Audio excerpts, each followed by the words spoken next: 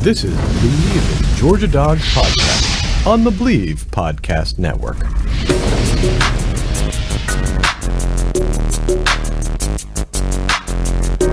Scored a touchdown earlier on a direct snap. Now it's Michelle's turn, running all the way. Gets to the edge. Sonny Michelle will send the Dogs home to the championship game.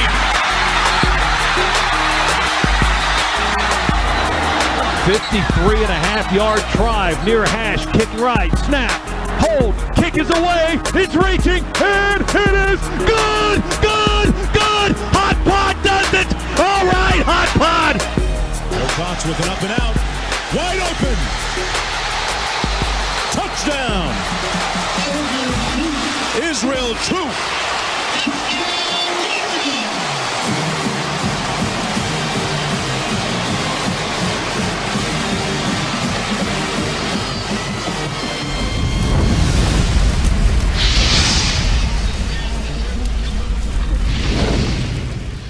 What is up? It is the Believe in Georgia Dogs podcast on the Believe Podcast Network. Also coming at you on Brinks TV.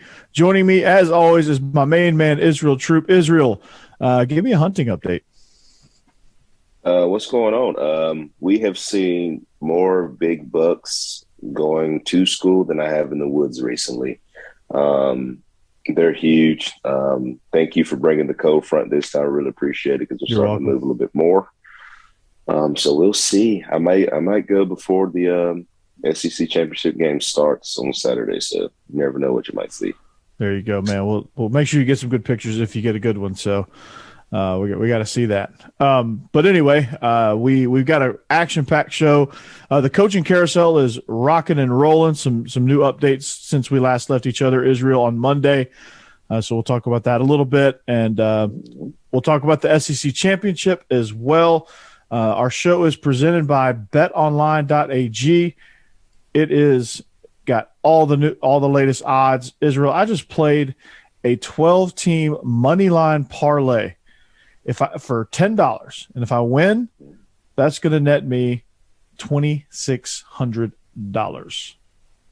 Ooh, yeah, it's big time. I need to get in on this.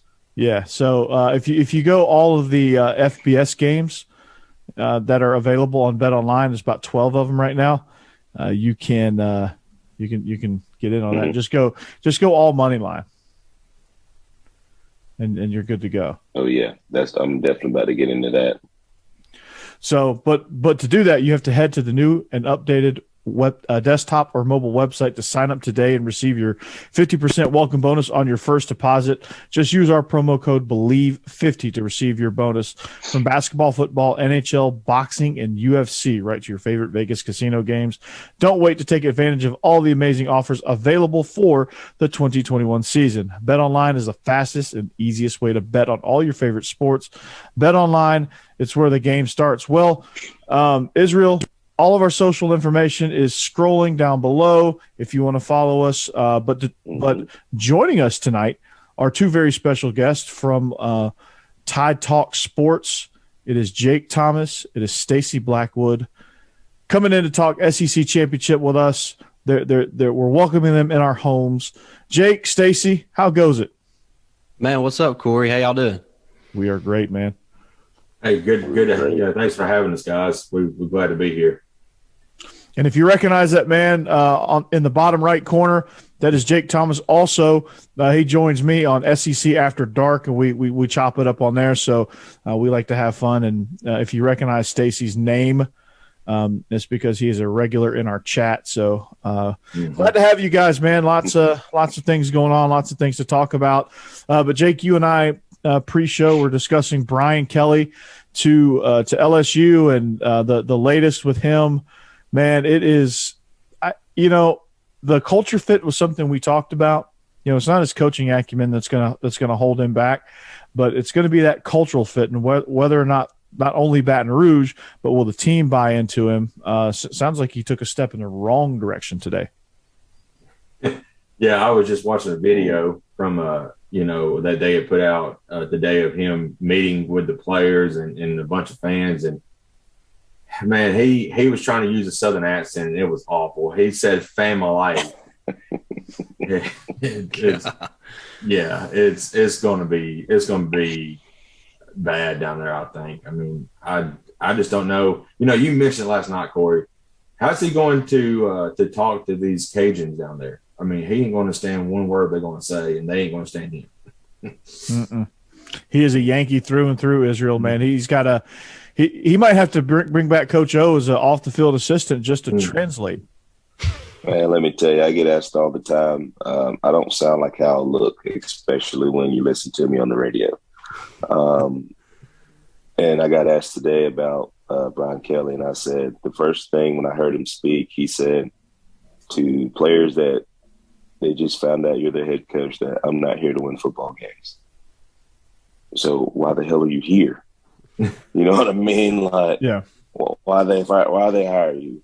You know what I mean? But like you said, champions of life. Yeah, champions of life get you fired. Ask Butch Jones about that.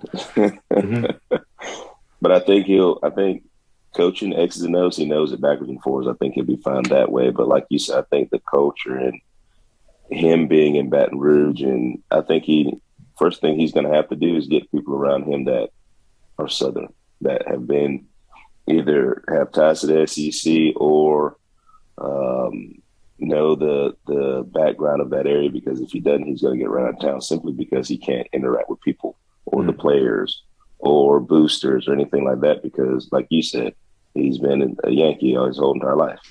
And then you bring somebody like that to not South Georgia, but I mean to the South, to LSU. I mean, I don't think he can handle a 7:00 game in Tiger Stadium. I don't think he can handle it. No, I don't think so either. And Stacey, this seems so silly what I'm about to say, but I mean, it really is a big deal, especially in recruiting. What's going to happen when he walks into a recruit's house in middle of nowhere, Louisiana, and they're having crocodile gumbo, and it's spiced up to like you're going to be breathing fire? Like what? Like how's he going to react to that? I mean, he is as Yankee as it gets when it comes to all of that stuff, and like he ain't never had anything like Cajun food probably, and so how big of a deal is that even? That's what I'm thinking about. The recruiting aspect of this is I can't really see Brian Kelly, wading through the swamps of Louisiana to try to get some of these high profile recruits. And I don't see how because recruiting is all about relationships. We all know that. And I just don't see how he's going to be able to develop relationship with people that he has nothing in common with. So I'm not sure how he finds the common ground being where he's from. And I mean, it seemed like he was the perfect fit at Notre Dame. I don't know what happened there that made him want to leave. I guess money did. I don't know, but Notre Dame can pay. So I don't know. It's unusual, both that LSU would go after him, and then also that Brian Kelly would even entertain coming to LSU simply because of the culture shock that it's going to be to him. And it's kind of like Brian Harsin going to Auburn last year. If Harsin hadn't surrounded himself with all the guys that he had on his coaching staff that are from this area of the country and have experience in this area of the country, like Mike Bobo and Derek Mason, who had been a coach at Vanderbilt, it might have been even worse for Auburn this season. So I'm not sure Brian Kelly's going to have a very long stay in Baton Rouge. Well, we'll see who he hires. It's going to be interesting, but not off to a good start. Gotta, for him to even get to the coaching part of it, he's going to have to do some relationship building and not try to make some phony accents. But looking at Football Scoop, it looks like some shocking news coming out of Virginia. Not to go believe in ACC here on you, but Bronco Mendenhall, who had done a tremendous job building up a Virginia program from literally the ground, he's going to step down after the bowl game. Not sure why, but that one opens up. Not saying they're going to make a huge splash in their hire, but I mean, I think when you look at Israel, what Dan Lanning, the prospects of him, I mean, he becomes an interesting candidate in a lot of these jobs, like Virginia, even Oklahoma. He's an interesting candidate there, although I think ultimately they probably go with Venables. But, do you think Lanning goes for that? If I was him, I would. I think Virginia was a baseball school. That's what I remember Virginia for. They were a baseball school. Then over the years, Broncos done a great job of making them relevant in the ACC. Taking teams to the wire, being prime time, things like that. So I think it's a very, very good job. I think it's a very good stepping stone job to start with the ACC being the ACC that it is now. I think it'd be a good job bringing in the new face, bringing in the right pieces to make that thing work. But at the same time, with everybody making such big splash hires, although Dan Lanning would be the top of my list of guys to go after, I don't think Virginia try to go after him. I think they're going to try to make a big splash for somebody who's got fired about 2 years ago. Somebody like Bill O'Brien. That's what I think they would probably go after. Don't do that, Virginia. Don't do that. You're better than that. But I know these two. I know these two right down here would love that. I know they would. That's why I said that. I know they would. They were crossing their fingers. Virginia Tech. It was down to Bill O'Brien and Brent Pry, and ultimately they went with Brent Pry. What do you guys think about that hire? Former Vandy defensive coordinator, been a longtime James Franklin assistant. I love it. I think he's paid his dues. I think that's a great job for him. You got to think the Hokies are very defensive minded. Right now, he needs to get him a good offensive coordinator. And I think with his mindset and what they've already been able to establish defensively, you get a good offense, you'll be fine. Absolutely. Stacey, Jake. Yeah. I think I'm with Israel there. He paid his dues. It's time for him to get a good job. But we talk about all these head coaching hires, and I think all of us know this. It's really about who they hire to support them and to lead their offense, to lead their defense, their special teams, and their player personnel. The coaching staff is really kind of what makes or breaks a tenure as a head coach. So it's about making the right hires because all these guys can coach football. If we're being honest, there's not a guy in college football right now that can't coach, but can he lead an organization? And I think that's what guys like at the top of their game, like Kirby and Nick and all these great coaches. That's what they do. They're leaders of their organization. They allow their coaches, their assistants to coach the team, and so that's going to be big for all these new hires. So it's just about finding the right assistants. Absolutely. And some other interesting as far as the coordinators for our respective teams that we are fans of and universities and things like that. It would seem that Colorado State has opened back up. Steve Adazio is gone. And Fresno State is still looking for somebody. Auburn is zeroing in on their offensive coordinator to replace Mike Bobo. I think they're looking at Zach Hill from Arizona State. And Israel, I'm sorry to report this. I really hate it for you, but Graceland College, NAIA in Iowa is no longer accepting applications for head coach. And I'm so disappointed. Me and the wife talked about it last night. We were really hoping to get that job. Dagnabbit. I know. I mean, it's cold 7 months out of the year there, probably. No, cuz I'm good. middle of nowhere, Iowa. Well, that's going to wrap our coaching carousel talk. Is there anywhere in Iowa that's not in the middle of nowhere? I mean, you do speak some truth there. Yeah. You do speak some truth. Maybe Iowa City, but still, that might be in the middle of nowhere too. So who knows? I don't know. But that's your football scoop report. The coaching carousel just ever so spins. Troy is John Summerall is going to be the next coach of the Troy Trojans. Let's see where he's from before we. I know ADD Radio's blazing. He's Kentucky's co-defensive coordinator and inside linebackers coach, John Summerall. He's going to Troy. So, anyway, well, let's talk about the reason why you guys are actually here. I know you guys aren't here to talk about LSU's hiring of Brian Kelly and the fact that he hates gumbo and is not going to eat all the weird stuff that you eat in the bayou. There's a game happening this weekend, 3:00 CBS. Mercedes-Benz Dome. The number 1 Georgia Bulldogs take on the number 2 Alabama Crimson Tide. Jake, you and I went at length, so we're going to let Stacey and Israel do most of the heavy lifting tonight. Stacey, on a scale of 1 to 10, with about, I don't know, a minute and 7 seconds left in the ball game, how nervous were you that Auburn was going to take that Iron Bowl? Be honest. Well, once we got the ball back, when they stopped them on 4th down and made them punt, up until they punted inside the 5-yard line again for like the 30th time in the game, I was like, hey, we got the ball with Bryce Young. There's a chance. But once I saw they were going to have to go 97 yards, I was like, that's going to be pretty tough. But, I'm glad the players don't think like some of us fans do. So, but yeah, just being honest, it wasn't looking too good for the Tide, but that's why you keep playing. It's a 60-minute game for a reason. So you don't quit till the clock hits 0. And, I'm glad the players kept fighting. They never lost focus in the game. They never, looked like they were, beaten up or, they were playing like they were, poor, pitiful me. They just kept playing, and, props to the defense for keeping them in the game and allowing the offense, to later come along in the contest and win it for them there in overtime, 4 overtimes. Now, Coach Troop, put your coaching visor on for a second. All right, You're the head coach at Auburn University.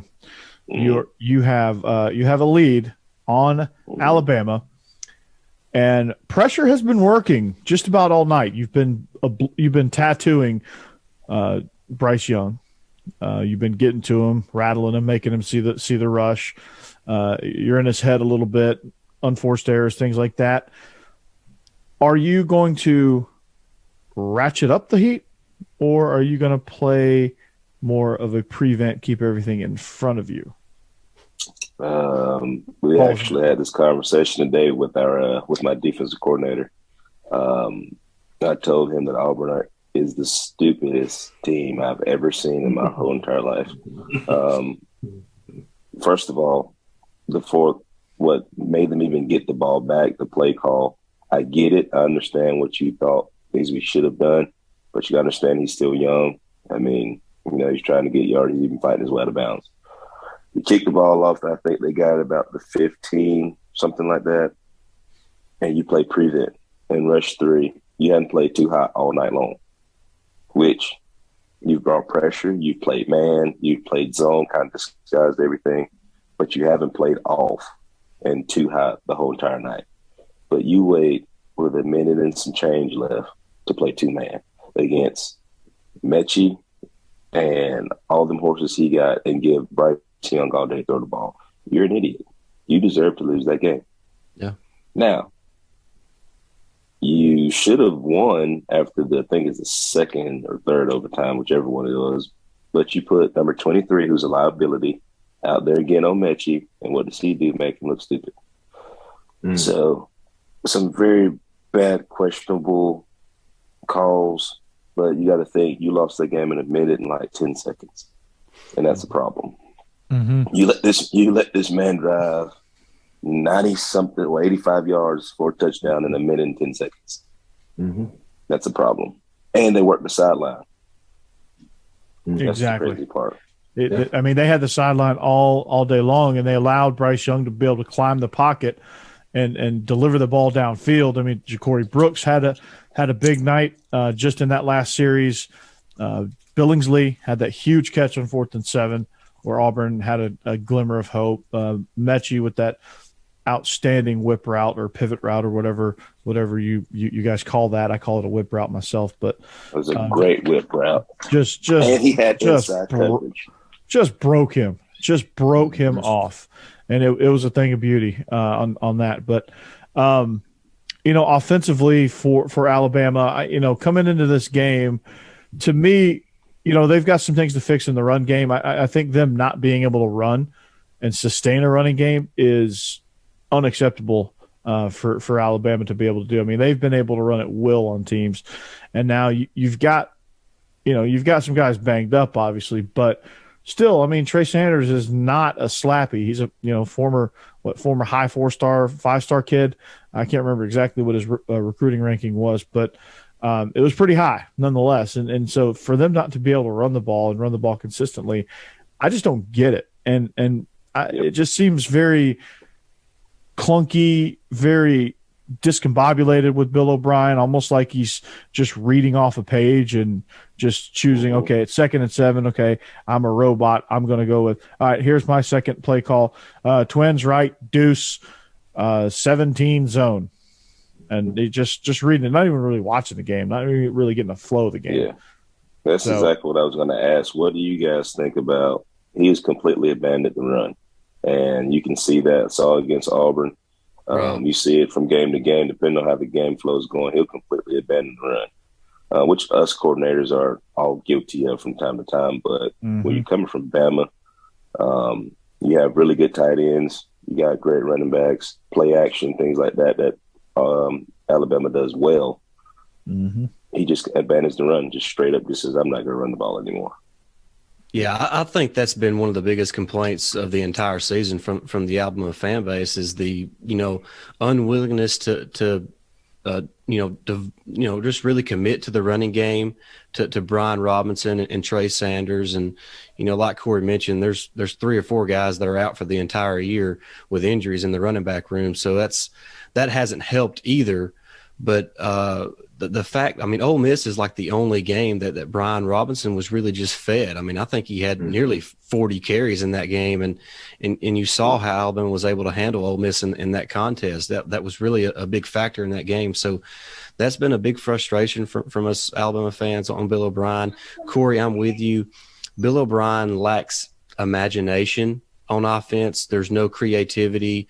It's very by the book. It's almost robotic, like you said. I'm glad you put it that way. That's really how it seems like. It's clunky. There's no adjustments made. It's just it's 3rd and 4. This is my play call on 3rd and 4, regardless of how the game flow has kind of made out throughout the contest. So it's been really frustrating to watch. Now, with that said, we're still a top 10 offense in the country, but I think that has a lot more to do with the dudes on the field than it does with the coaching or the play calling.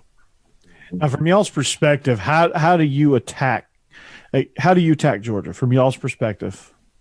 I think, Jake, I'd hate to cut you off, Jake, but I think you need to go. I think Alabama needs to be up tempo, and I think Alabama needs to be willing to take. I know this is such a cliche statement. Take what the defense gives you. Don't try to beat Georgia in one play, because you're not going to beat them in one play. It's a 60-minute contest, and I think Bill O'Brien, like I mentioned, he's got to be a little more creative in his play calling. It can't be so scripted or so robotic, like you said. It's just you got to attack Georgia in multiple ways, because they're an elite defense at all 3 levels. So you have to be willing to take what they give you, but then you have to play. You do have to be aggressive in some aspect. You're going to have to take some deep shots, because you're not going to be able to march down the field, in 10 or 12 play drives against this defense. So take your shots when they're available, hit the shots when they're there. So it's about playing tempo and then executing on offense. And obviously it's going to come down to the offensive line as well, which has really been a big question mark all season long. Yeah, no doubt. Jake, is that pretty spot on?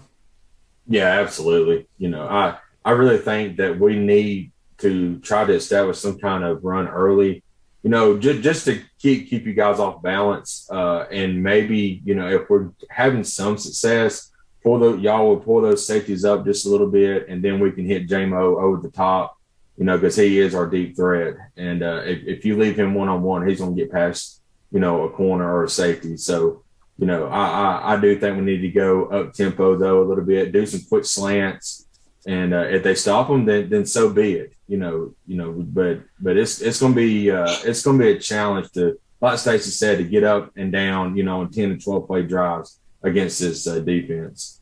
Alabama hadn't really done a lot of RPO, like they've seen with Tua at quarterback that was so successful.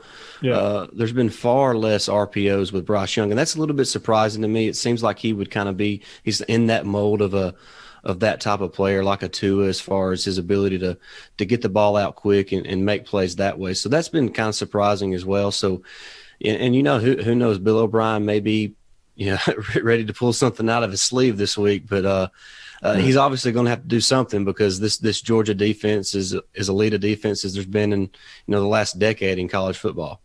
Mm-hmm. I mean, you're either elite or you're not. So from our perspective, Israel, when we're defending that Alabama offense, to me, I mean, you got to treat Bryce Young the same way we treated Hendon Hooker, where we, you lock up the receivers and you put heat on him and do not allow him to climb the pocket. You have to collapse the pocket from the middle and just force him to dance, to move around, almost like NFL teams scheme against Russell Wilson. You can't let him dance in the pocket because he'll dance and climb in the pocket, and then he'll uncork one. Next thing you know, you got Jameson Williams 60 yards downfield doing the touchdown dance. If I'm the Georgia defense, I'm treating Bryce Young like we did Tennessee, like we did Hooker. Treat the receivers, kind of how we did Arkansas. More of a bend but don't break, But as you're bending, you got to understand at some point they're going to take it deep. Bryce hadn't scared me running the football at all.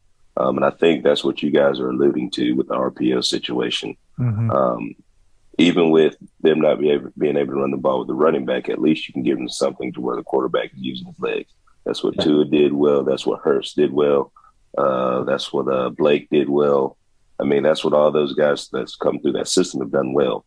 And he had been used a lot, which, like you said, he may pull something out of his hat this Saturday. So you never know. But I hope he's not listening to this. But if I'm Georgia, I'm making sure that I'm spying him kind of like Bo Nix. So what do we do against Bo Nix? We kept him in the pocket. And when he did scramble, he was not able to get upfield. He was not able to climb the pocket. And that's one thing that Bryce does well. He climbs the pocket very well. His eyes are always downfield. Mm-hmm. So you're going to have to take that away from him. Somebody's going to have to be in his face at all times. Whether you're blitzing, whether you're stunting, whether you're disguising anything, somebody's going to have to be in his face. I mean, just as a receiver. Oh, yeah. Go ahead. I was going to say, I think you just cut out there for a second. But, yeah, I mean, just having him make just something simple as an off-balance throw off his back foot or just an out of rhythm throw. Mm-hmm. And then from the receiver standpoint, that's really who you have to stop. I'm giving you 3 yards cushion. That's it. If I give you 5, like Jake said, you can run a quick slant, and we all know what happens when they run slants. They take those to the house. Mm-hmm. I'm sitting at 3 yards, and I'm catching. I'm bailing, just disguising things in the secondary. I'm not playing too high because they find holes very well. Their receiving core is very, very good. If you play too high, they find the holes. So you're going to have to mix some zone. If you want to play too high, you're going to have to disguise it. It's going to be a lot of cat and mouse, really. Right. If you study Alabama, you can't outcoach yourself. Mm-mm. And that's what we've done against them year in and year out. We're up and we're beating them, and then we outcoach ourselves. So in this game, it's going to be, play ball. Like Kirby says, you're either elite or you're not. Well, this is where we're going to find out how elite Georgia is. Mm-hmm. Absolutely. So I think, Israel, you hit the nail on the head, man. Just we have to keep the pressure up. We have to, and not only on the quarterback, but on these receivers too. I mean, they've got to be able to. We've got to force them to make contested catches all night long. It's got to be catch, hit on the ground, or if it's not broken up. I mean, we've got to harass these guys and make life difficult for them. And I think our cornerbacks can do that. Kendrick and Ringo are two of the best in the country, but. The one player I worry about, Israel, and you know what I'm about to say. We talk about him. DB coach. I told our DB coach he's a huge Georgia fan as well. And I said there's one player that scares me, and we both said his name at the same time. Latavius Brini. Mr. Brini, you are correct. Number if 36. I'm Alabama, that's who I'm attacking. Number 36. I'm circling 36, and I'm running out routes and whip routes on him all freaking night long. I'm putting Jaleel Billingsley on him, and it's on. I'm glad you brought up Billingsley, because I think the tight ends for both teams could really be a major factor in this game. Brock Bowers is as good a tight end as there is in the country, and just as a freshman, and we know the talent that Billingsley and Latu both have. They haven't been utilized as much this season as most thought they would be, but I think each team's tight ends could play a pretty big role in this game. Yeah, I haven't seen y'all's tight end put his hand in the dirt yet. Yeah, it's why I don't understand the concept that I don't get it. I have a lot of frustrations with Bill O'Brien. yeah. I think Houston fans are laughing at y'all right now, going, "Did y'all really take Bill O'Brien?" I mean, Saban outdid himself on this one. Yes, he did. The Saban school of coaching. You knew there was going to be one people that failed, right? There's always got to be one, right? So, on the tight end situation, I think for both teams, they just gotta find those mismatches, whether it's on Breeny or whoever y'all's version of Breeny is. We've got to find that for Brock Bowers, and I think with the tight end matchup, don't count out Darnell Washington. He is an X factor as well. I mean, he's a freaking NBA player sitting out there playing, and then John Fitzpatrick is good in his own right. So, I mean, you got three tight ends right there that can pack the mail. I mean, we've several times we've employed that bunch formation with 13 personnel, where you have Fitzpatrick. That's tough to cover. He's on the point. Then you have Darnell Washington, and flanking them is Brock Bowers, and they run these breakout concepts from the bunch formation. And then you have Jermaine Burton or somebody else on the solo side over there. Man, it's tough to defend. Hey, what's the status of Pickens? He's cleared. He was limited obviously against Georgia Tech, Israel. I don't know if you're hearing any more than I am, and I expect him to be full go, right?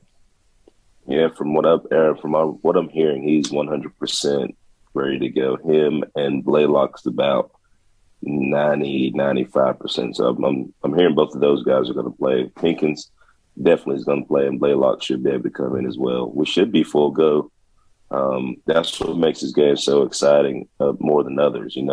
Every time we meet up, somebody's either hurt or status is unknown, but I think everybody's pretty much going in, other than you couple of running backs for you guys, everybody's going in pretty much at full strength. Yeah, Alabama may be without their starting center, Darian Dalcourt. He got hurt against LSU. He tried to fight through it in the Iron Bowl, but he couldn't make it past halftime, and Saban pretty much told him and said, nobody's going to question your toughness, but you can't play right now. You're not playing well enough because of the injury. So yeah, he's still kind of day to day. So Alabama could be without the starting center, Darian Dalcourt, and Brian Robinson is still day to day as well. So it looks like it might be the Trey Sanders show for Alabama in the backfield, and he's the only, pretty much 100% healthy running back for Alabama that's on scholarship. yeah, yeah, and Jalen Armour Davis is day to day. Yeah, starting corner. Yeah. Yeah. So, Kool-Aid come in and has done well, but, I would rather have that experience there, so I'm hoping he can play. But, I try to injuries are pretty tough right now, but man, you got to play with the dudes on the field. They're all on scholarship down there. I mean, no excuses when you go between them white lines. You got to buckle up and play. So, I mean, if you're not ready to play against the Georgia Bulldogs, maybe you don't need to be wearing that crimson and white. So it's kind of the way I look at it. I know Georgia's got great players, Alabama's got great players, and there's plenty of guys that can play football. And it's injury. Sure, it would help if Alabama had a few more healthy running backs, maybe. But you play with the dudes you got, and may the best team win. That's kind of how I look at it. No excuses from the injury standpoint. Yeah, no doubt at all. So, Israel, I think the biggest question for us is what answer do we have for Will Anderson? Nicknamed the Terminator. He is one of the most disruptive players in the country. I think three of the most disruptive players in the country are on the field Saturday in the Mercedes-Benz Dome with Anderson, obviously Jordan Davis and Jacoby Dean. But, how do you scheme to neutralize a guy like Will Anderson? First thing I'm using is tempo. By using tempo, you kind of make him stay in one spot. No matter what hash you go to or how you tempo him, he can't really flip. So you kind of know, all right, he's on the right this time. If I tempo him, he's got to stay on the right, you know. Secondly, like you said, well, we got 13 personnel. You got 3 tight ends on the field. Well, 3 of those guys can play receiver as well, you know. So you don't have to change personnel, which means that Alabama can't change personnel, which means he has to go where? To the weak side, which means now you've neutralized him to that side. Now you just move running back over there. Now you're one-on-one, or you have anything to the outside if you want to throw out the screens that we do, quick game, anything that you have. Basically have to manipulate the defense to do exactly what you want them to do. But their defense is predicated on what he does. You know, unlike our defense where you have 7 guys you have to worry about, or they did on their defense. Unfortunately, this year, thank God for them, they only have 1 person you have to worry about on their defense. But he can pretty much control the game by himself. So, I mean, you just kind of got to maneuver around him and kind of figure out what he's doing. Which he kind of tells you exactly what the secondary is doing too, no matter where he lines up. Exactly. It's going to be a huge game for Stetson Bennett. I think when you look at what he brings to the table, what he's brought to the table so far, I'm surprised, Israel, that he would get us this far. You know, I never knew that he was going to elevate to this level. I'm glad that he did. But this is going to be a huge monkey off his back if he can just get the ball down the field and just not make these catastrophic mistakes that he did the last time around against Alabama, where he had the lead at halftime and then all of a sudden, boom, two bad interceptions right there in the second half, and the game just goes back and swings in their favor. So, you know, for Stetson Bennett, you know, what are his big keys? He's only has one for me, and that is, in the words of my old defensive coordinator, don't be dumb. He is very aggressive at times where he shouldn't be, makes the wrong read every once in a while, which is, you know, every quarterback does. But sometimes you're just like, Stetson, what the hell? Like, I know if I see the people just on TV, or if I'm at the game and I see him, I know you see him. You know what I mean? So just don't be dumb is really it for me. Hit your check down. You don't have to be a hero. Punt, change field position. Because we've seen if you can play defense against Alabama, you can stop them. Yeah. And Bill O'Brien does allow you to do that. Fortunately for us, I mean, there's a lot of things going in our favor in this game. Somehow they're still 11-1 despite all of that. But that's that recruiting right there. That's, you know, Dan Mullen, if you're listening, that's why you recruit, so that when early. Early. That's why you recruit early and often, because when you get a lemon as a coordinator, you don't have to. You know, you can win despite him because you have superior talent. For Stetson Bennett, don't be dumb, and just feed your guys. Take easy. That's pretty good advice for anybody, really. Yeah. Man. Being a coach, man, you hear so many zingers, man, and just a couple of them just stay with you. And that is one that stayed with me, you know, even in my coach career now. I tell my quarterback all the time, don't be dumb. Just take what they give you. Don't be dumb. He knows exactly what it means. I tell kids throughout school all the time, don't be dumb. And they know exactly what it means. Yeah. Don't be dumb. Exactly. It's such sage advice. And do they listen? Not all the time. Nah. All right. So, our clock is ticking. So we're going to go ahead and get into a little bit of pick segment here. And Jake, thankfully for you, you've had a warm up exercise at this. But we're going to pick some of these FBS games. Like I said before, you guys jumped on here. I took a 12-team parlay, all money line. So I didn't pick against any spread. So I just picked winner. So hopefully I go 12-0 on that. If I was bold and put 90 down, I would have won 21,000. But let me just risk $10 and we'll go from there. All right. So can I say before you start that this is the first time that I've been excited to I won't be able to watch them all, but at least record every single championship game that's being played. There are some great championship games on. Yeah. Yes. And there's one on Friday, tomorrow, as we record on a Thursday night here. There is one, well, when you're seeing this, there's one later on tonight, Oregon and Utah, the rematch. Utah just kicked the ever-living you-know-what out of Oregon the first time they played them. I mean, it was not even close. It was total bully ball. Kyle Whittingham's one of my favorite coaches in the country. Glad he's staying at Utah. Glad Utah's starting to have some success now. They may win their first Pac-12 title here. Utah is 2.5-point favorites. Not a huge line. Oregon's still ranked ahead of them solely by the virtue of 2 losses versus 3 losses. Israel, I'll start with you. How do you see this game? Is this game being played at Levi Stadium? Yes. I got to go with Utah. For some reason, they have Oregon's number. Mm-hmm. And after that first game and just watching them completely just dismantle Oregon, they took everything away from them. They always say it's hard to beat a team twice, but if one team can do it, I think Utah can. Jake?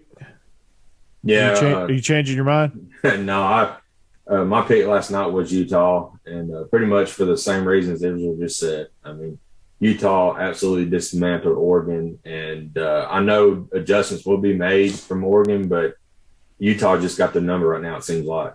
So I'm picking Utah. Stacey. Yeah, I'm going to go with Utah as well. I'm with Israel. It's rare that teams beat an opponent twice in one season, but with the way that Utah beat Oregon, it just looks like they're the better team. So I'm going to go with Utah. Mm-hmm. Israel, I didn't listen to you the first time. Learned my lesson. Going to listen to you now. Taking Utah. The first game, to quote a great philosopher, Eminem, it was a good old-fashioned, passionate ass-whooping where they got their shoes, clothes, and hat tooken. So I'm taking the Utes here. Sure was, boy. Ooh, that was ugly. It was brutal, man. Brutal. So we go down. This is the Dr. Pepper Big 12 Championship from – actually, the Pac-12 Championship is from the Death Star in Las Vegas now. I definitely taking Utah then. Yeah, it doesn't change anything really, but they've been waiting to get away from that mountain. Yeah, exactly. So Baylor takes on Okie State in Jerry's World. That's a noon Eastern kickoff. Israel. After watching the OK State Oklahoma game and watching what Baylor did to Oklahoma, I'm going Baylor. I think they've run to have a good plan to stop Spencer, which is pretty much their whole entire offense. So I'm definitely going to go with Baylor on this one. I could be wrong, but I think I got a good feeling about Baylor in this one. All right. Jake? I can't remember who I picked last night in this game, but I think it was Oklahoma State, and I want to stick with that. Looks like they're probably one of the best teams in the Big 12, and they've already beat Baylor once. So I think the momentum is riding with Oklahoma State right now. I'm going to pick Oklahoma State. Stacey? I'm going to go with Baylor. I think that they're the overall better coach team. So I'm going to go with the Baylor Bears. The Bears. Dub Bears. So for me, I think right now, conventional wisdom would probably have me go with the Bears in the rematch, but Spencer Sanders is red hot right now for Oklahoma State. Mm-hmm. They are, again, they have a lot of momentum coming off of Bedlam, a huge win in their mind. You know, it's one of those, it's kind of like it's been going the way of kind of like Georgia Tech, where, Oklahoma, it's what they're supposed to do. Oklahoma State, it's their freaking Super Bowl. So they're riding high. They're hoping to get, their first Big 12 championship in a long time. And Gundy has been known to nut up in these type of games. Just keep that in mind. That's true. He has. But for the sake of my 12-team parlay, It's got to be the Cow. How about them Cowboys? Come on, one time, Mike Gundy, one time. All right. The next one will take us out to Dignity Health Sports Park in Carson, California, home of the LA Galaxy, and also temporary home of the San Diego State Aztecs. It is the Mountain West Championship. They are 6-point favorites over Utah State, who got in over some crazy tiebreaker scenario. The Mountain West never fails as far as drama goes. Israel. I'm going San Diego State. Those guys are playing some really good football. I got a chance to watch Utah State last week, and I was not impressed. So I'm going with San Diego in this one. Jake? Yeah, I'm going San Diego as well. They've been playing really well this year, and they're a really well-coached team. So I'm going to pick them to win this game. Stacey? San Diego State. No explanation needed. About it. Very matter-of-factly. Yeah, I like the way Brady Hoke's got him playing. I mean, this is probably the toughest they've been in a long time. They're such a physical team. They took it to Boise State last week and just kind of erased a lot of doubts there in my mind that I had of them previously. So give me the Aztecs. Next, we head down to Cajun Field, which will maybe soon be renamed Ed Orgeron Field if they make this hire. Come on, Louisiana, do not screw this up. Hire Edo. They host Appalachian State for the Fun Belt Championship. App State is 3-point favorites. Israel. They're about to send Billy Napier out with a bang. I'm going Louisiana in this one. Yeah, I picked Louisiana last night on our show, and I think they are going to send Billy Napier out. They really expect the guy, and they're actually happy for him that he got a better job, and he let that program in great hands for the next guy. So I'm going with Louisiana Lafayette. Give me the Cajuns. Well, dang. Okay, I'll be different again. I'm going with Vegas. Give me somebody's got to give Appy State some love. Right, somebody's got to do it. Somebody's got to do it. I'll do it. All right, give me Appy State. They're 3-point favorites somehow for a reason. I'm not sure how, but somehow. All right, next on the list from Nippert Stadium in Cincinnati, Ohio, the Bearcats are 10.5-point favorites over the Cougars of Houston. Can Luke Fickell get it done and secure his playoff spot, Israel?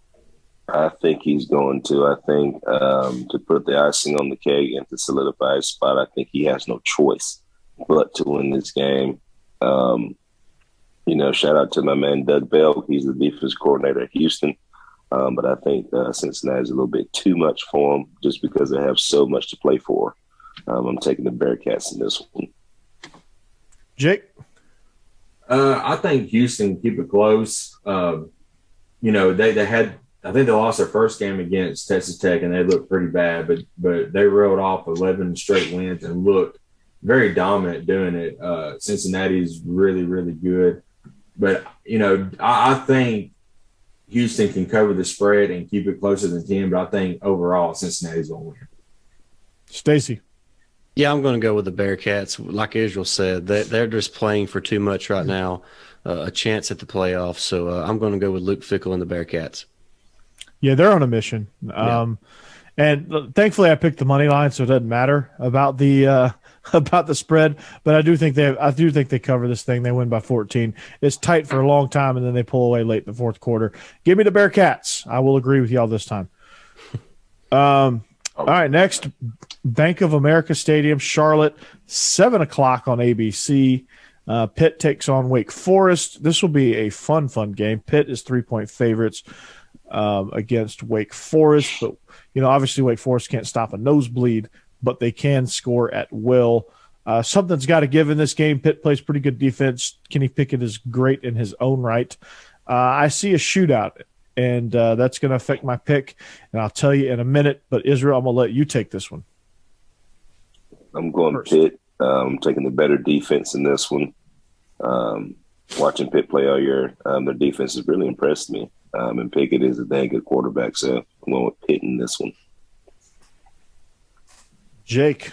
I picked Wake in our picks, and I said I sent enough against Tennessee. Honestly, if Hendon Hooker was playing in that game against Tennessee, Pitt would never won that game. That's just my personal opinion. And I think Wake's offense is, been playing lights out here lately. So I'm going to go with Wake. Stacey. Give me the Pitt Panthers. I like Kenny Pickett. I like their defense. Kenny Pickett's in his 10th year of eligibility there at Pittsburgh. So I think he's going to lead his senior adult Pittsburgh Panthers to an ACC championship. Senior adult. It's a senior discount at IHOP. Yeah. He's been there so long. He's run the full cycle of Pitt uniforms all the way back to the Dan Marino specials. Correct. Absolutely. But that's not going to be enough for him to win this one. They are favored by 3. I do think even if Wake Forest loses, they keep it close. I think this thing's going to get into a shootout, and Wake usually keeps those things close, if not win them. That's their game, so I'm going to take Wake Forest here.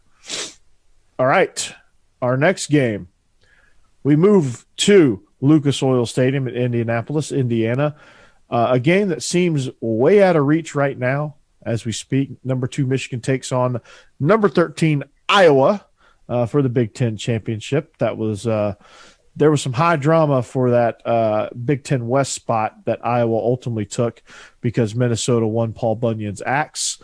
Mm-hmm. To me, this one doesn't seem as close. Israel, I think I know who you're going to pick, but go ahead and give it to me. I expect Michigan to beat the hell out of Iowa. Yeah. Yep. I really do. Yep. All right. Yeah. Oh, okay. I mean, do we have any? Is this going to be a clean sweep here? Yeah, that's probably pretty consensus here. Iowa has 0 offense. Yeah, that's true. I'm taking Iowa to get beat by 17 points or more. Yeah, that's just not hard at all. So that brings us last and certainly most. The SEC championship. You thought I was going to say Kennesaw State versus East Tennessee State in the second round of the FCS playoffs. Kennesaw State, go Owls. There you go. Attaboy. Go Owls. I'm also going to say go Skyhawks. My team, UT Martin. Shout out to Chris Polizzi, who is our recruiting coordinator for our area, for Metro Nashville. So, or for the mid-state at least. Anyway, Georgia takes on Alabama. We have discussed ad nauseum what needs to happen. Now we're going to predict what's going to happen. Georgia's 6.5-point favorites here. Israel, do the Dogs cover, or is it a tight one? I like the 6.5 points. The 6.5 points seems very good for me, simply because it could go either way. These games, with the exception of last year, have been close to a touchdown or a field goal anyway. So I like the 6.5 points, but I'm taking the Dogs there. Go Dogs. Jake, what do you think? Like I said last night, that's what it's going to be like all game long. It's going to be neck and neck battle, and honestly, whoever can win it in the trenches is going to have the advantage in this game. And it could go. It's going to be a close game, and it could go either way. Like Israel said, Georgia can win by a field goal. Alabama can win by a field goal, but. I got to be a homer and pick Alabama, but it's going to be a close game. It's going to be a fun game. There you go, Stacey. Well, this is obviously the toughest matchup for either team of the season, and like Jake said, I would lose my Alabama fan card if I didn't pick the Tide. But just real quick, why I think Alabama's going to win. Generally when you get to championship games here, especially in the SEC or in the college football playoff, the team with the elite quarterback wins 9 times out of 10. I think with all due respect to Stetson Bennett's a really good football player. He's done a really good job for this Georgia offense. He's got a fantastic story coming from a walk-on to where he's at now, leading the number 1 Bulldog team. But as far as elite quarterbacks, the elite quarterback in this game is Bryce Young. I think Alabama wins on a last-second field goal thanks to another late drive by Bryce Young, 24-23. All right. I've done it all season. I'm going to continue to do it here. I like the Dogs 6.5. I think this defense is going to be too much to handle. I think it, like I said, it's going to be tight. Georgia's going to kick a field goal late to kind of as an insurance, and it's going to be they're going to push it to about 10 points about midway through the fourth quarter. And that's going to kind of put those insurance points up and give them a little pad for them to close out the game and win the SEC championship. So give me the Dogs and the 6.5. So those picks went just about as I saw them. Going. So it's all good, man. Yeah, no surprises on. No, there's no surprises. Yeah. But we had a big giant clock up here, and I think that thing hit triple zeros a long time ago. Courtney's probably burying her hands in her head, going, "What in the hell? These guys go over all the time." So, with that being said, that is going to wrap us up for tonight. Again, we thank you for watching. We thank you for listening. However you found us, however you stumbled upon us, whether it was on YouTube, the various Twitter accounts that we're echoing across, or Facebook accounts and all of that jazz. We thank you for finding us. Subscribe, comment, stick around, come back for more, come back for seconds. So it's like Thanksgiving. You can never go to the buffet line too many times because this one will not run out. So our social information is scrolling across the bottom. Believe in Dogs on YouTube. Believe in Georgia Dogs on YouTube. You can subscribe to us there. Follow us on Twitter. Jake, Stacey, where can they find you guys?